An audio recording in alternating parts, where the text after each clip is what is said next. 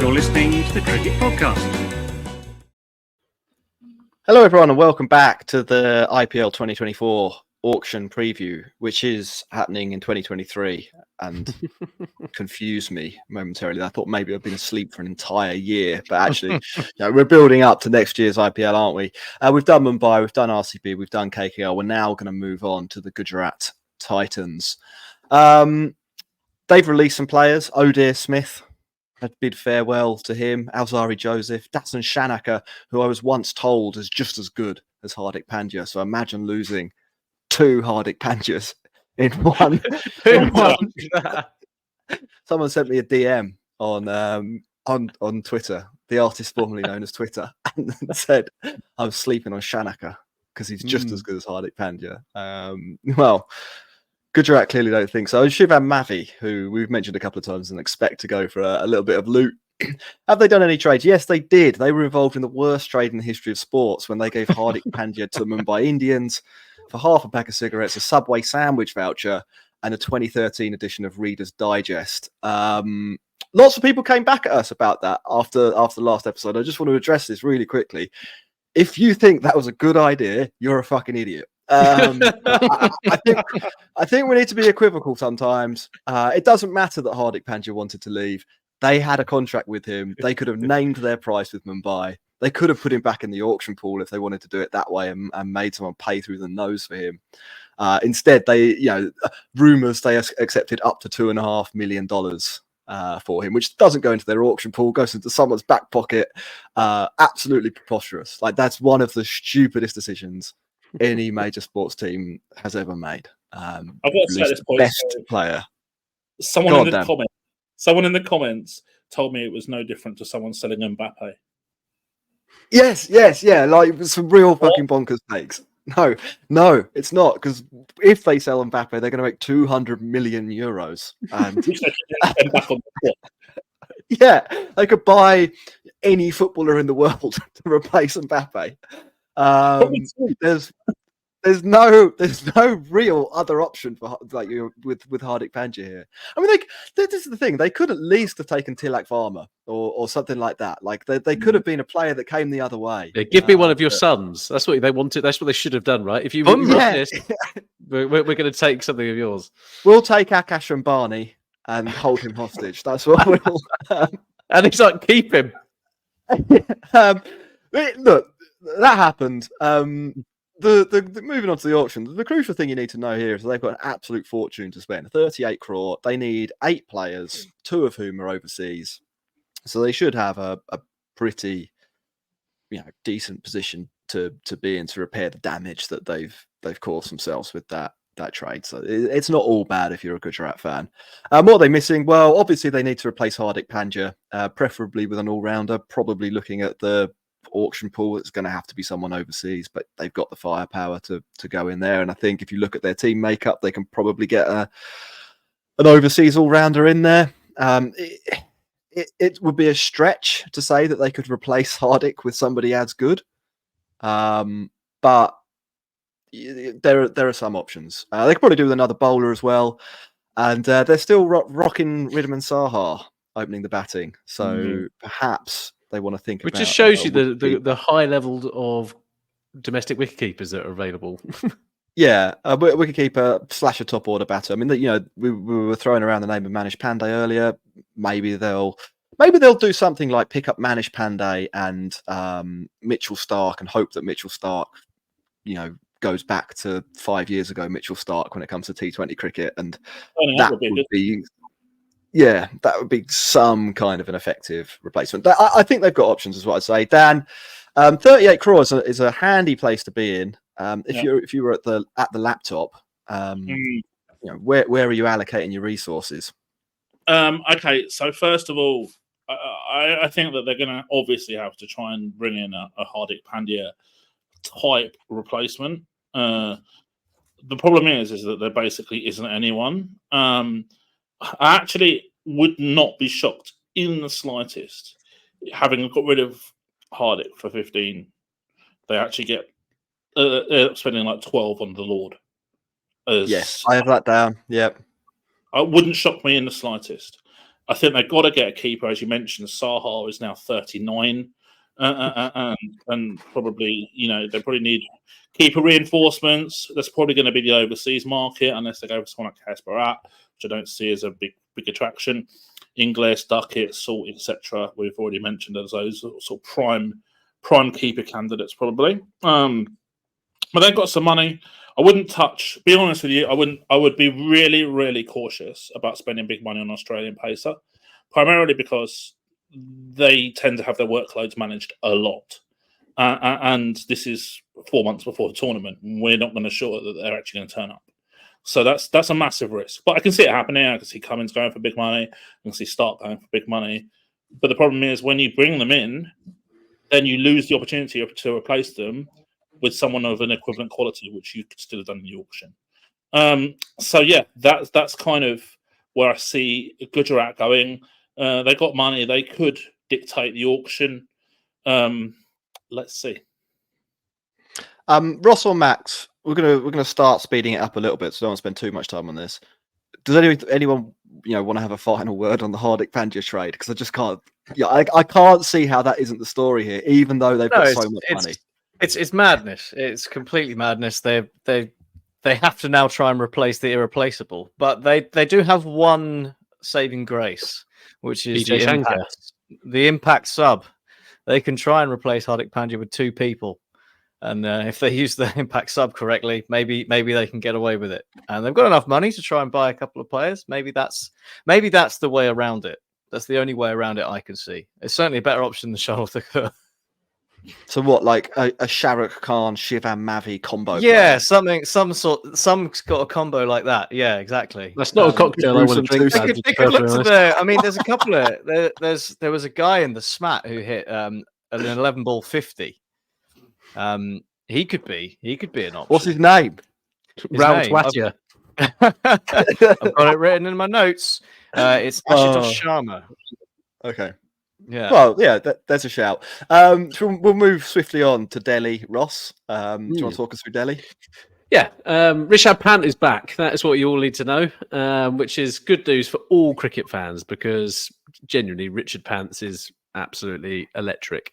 That's going to be absolutely huge for them, and it's kind of allowed them to get rid of some people and freshen up their squad, which I think was actually much needed. They gave people quite a lot of rope, is how I kind of saw some of their team. Prithvi Shaw does stay after he rumoured he was going to be traded or released.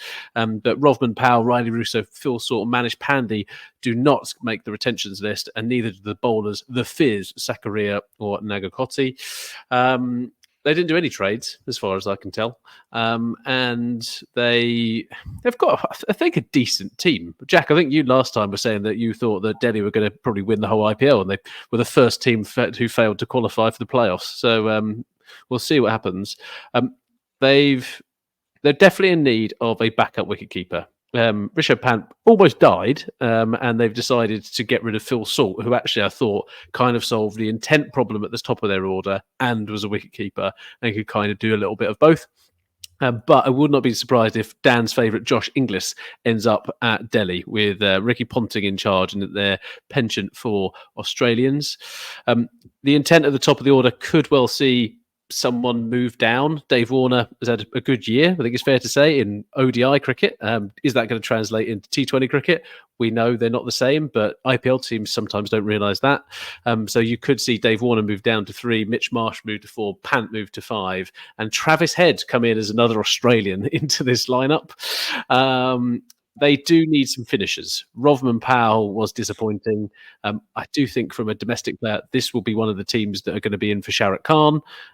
They do only have, 28 crore to kind of spend, but that's still plenty, I think, to kind of fill the in this team.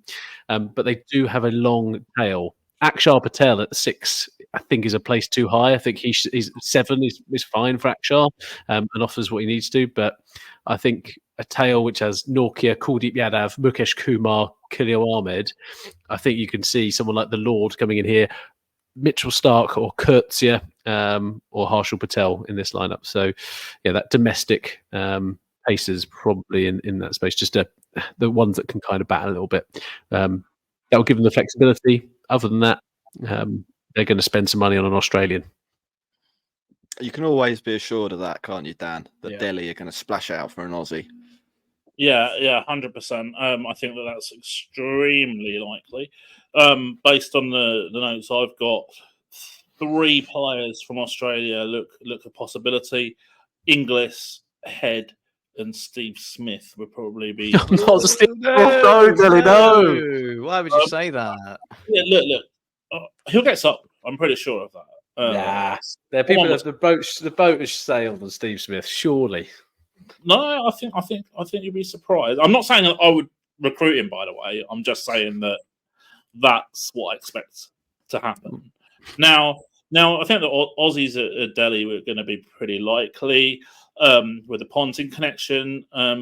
Look, that's probably why they kept Mitch Marsh at 6 crore as well. I don't see the value with that necessarily. They've got rid of a load of batters, so I think that they'll probably go down that route with some of their budget. Both them and KKR have struggled over the last few years with their keeping options, and if Pant's not fully fit, that's another sort of issue. So again, that sort of pushes Josh Inglis to the fore with the Australian coach as well. And I think actually the jury's out a little bit on Ricky Ponting's squad building and roster construction skills. I think he talks an excellent game as a commentator, technically very, very good. Is he a master of squad construction? I looked at the Hobart team today and it made me feel ill. Although I had to check whether Corey Anderson was on the auction list after, I think he's 17 off 27 balls today, and he's not made the cut. So no Corey Anderson to tempt Ricky Ponting. Yeah. Max, final word on Delhi. We can move on if you don't have any words. Well, it's just really good to see Rishabh Pant back. That's my main take home from Delhi. So that's going to be nice. Their injuries last year were a bit rubbish, and it'd be good to see they were really unlucky. Norkia come back as well. Yeah. Max, you support Chennai Super Kings. Chennai Super Kings are next on our team list. We categorize these teams by interesting, mid-interesting, and boring, basically, in terms of pre-auction. I'm surprised, personally, to see Chennai not in the boring list. Can you tell me why? I can tell you why. They've got 2 things, basically, about them. Number one, they dropped Ben Stokes, or Ben Stokes pulled out, so that's freed up 16.5 crore for them. And the other one is that Ambati Rayudu is retired, so they don't have Ambati Rayudu anymore. They need to fill 6 spots, 3 of them overseas, and they've got 31.4 crore to do it. So aside from Sunrisers, they've got as much money to splash around as anyone, and that puts them in quite an interesting position. I think they haven't done a lot to their core, but they do have to do a couple of really important things. One is replace Rayudu, and the other one is sort out their bowling depth, because I mean, somehow they won the IPL with a bowling attack that comprised Tushar Deshpande, Mukesh Chowdhury, and Hangageka. There's some interest. I mean, there's some sort of exciting talent in there, but like you've got no idea how it's really gonna go. Tushar Deshpande cannot bowl at the death. He went for like 12 and over in the death overs. Patirana is, bit of a lottery, and Deepak Chahar's always injured. So they need to find some bowling to sort that out. And it's interesting how they're going to do it. And they basically got 2 options. They go domestic batting, overseas pace, or maybe flip it around, because it's going to be quite difficult to replace Rayudu. Jokes aside, he's a high-class Indian batter who's had a role at sort of number 4 for CSK for years, and they're not going to be able to get that in the Indian market. And if they get Manish Pandey, I'm going to cry. I'm going to burn everything I own that says CSK on it. But it could happen, which would at least give them space to go and get someone from overseas. I think an interesting option could be someone like Mustafizur, who could top and tail, or Gerald Kutzer, who would be, they've got the money to spend on. But the other thing I think would be interesting would be maybe going for someone like Riley Russo, as a number 4. That would be like quite a nice fit, and that means they have to get Harshal Patel and Shardul Thakur. And Harshal Patel could be all right. Like that could work at the death with them. Maybe Harshal Patel and the Chepauk is a match made in heaven for CSK. Maybe get him away from the Chinnaswamy, hit it in, slower balls into the deck, harder to hit boundaries. And importantly, he has now just passed the age threshold requirement to play for CSK at 33. So that's what I'm looking for. Harshal Patel in yellow and a nice overseas batter to come and bat number 4 that isn't Ben Stokes. And I think it could be interesting for CSK. A lot of money to spend, not too much to sort out. I reckon they're in a pretty decent spot, but they do have to play it right. What do you think? Caraner's going to end up there. Does it sound more interesting than you thought? No, right. So here's my thing with Chennai Super Kings. Like, one, I always think they're quite boring. 2, every time I look at their team, I'm like, they're about. No, and this is the way I thought assess CSK. I look at the table, I look at the teams, and I place them, and then I move them up 3 places. Yeah, I'm just like, you look at this squad. Yeah, that's mid-table, so they'll be in the top 2. And how are they going to pull that off this year? Would you remember the rule that I said before last year's tournament in our previews? And I said, what I do with CSK is I work out how many wins I think they're going to get, and I'll double it. And I think that's probably similar to your rule. Now they've got over 30 crore. They only need 6 players max. Just over 5 crore on average per player if they go for 6. CSK have done what CSK do. They've kept the bulk of their squad. They've not made knee-jerk changes. That's what they've been about over the years. Squad consistency, role clarity.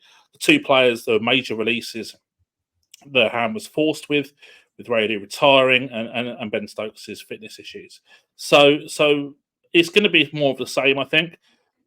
Max, you said you're worried about Manish Pandey going to CSK, but don't worry. The CSK magicians will ensure that he's on a full redemption arc, and I fully expect him to. I mean, we saw what happened with Rahane last year. Maybe this is the mate. You cannot. That is so insulting to Rahane to put Manish Pandey in the same category as him. That is brutal. That is absolutely brutal. I can see them going for some players of experience in the auction as usual. I think they'll push for someone like Harshal Patel. They like Shardul Thakur. They like the batting depth. Pandey, as I said, I think that'll be a great move for Pandey to go to CSK. They'll somehow get the best out of him, and I think they'll look at Shahrukh Khan as well, because I know that he really wants to play for them, basically. And I can see that factor.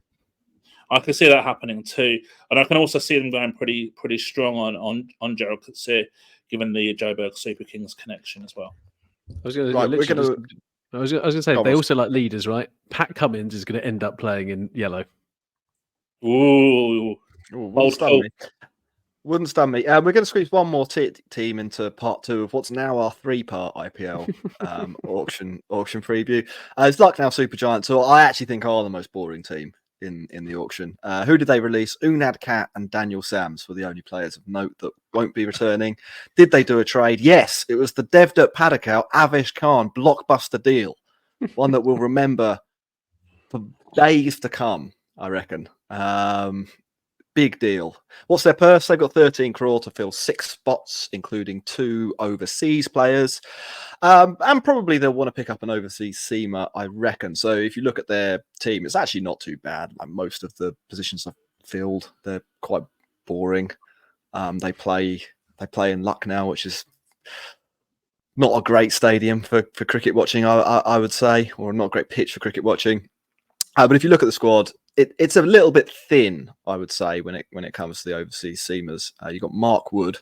There's no chance of him playing 14 matches. And Naveen Ul-Haq, who's a pretty handy bowler, but you want a little bit of support for those 2, I would venture. 13 crore, 6 spots to fill. It's not loads. They're going to have to be pretty frugal. Can't imagine they'll be mixing it for any of the big names. Dan, is there a bargain that you could see them going for? And that's all the analysis we want on Lucknow. Yeah, I mean, they've got the lowest budget, so they're going to have to trade in bargains.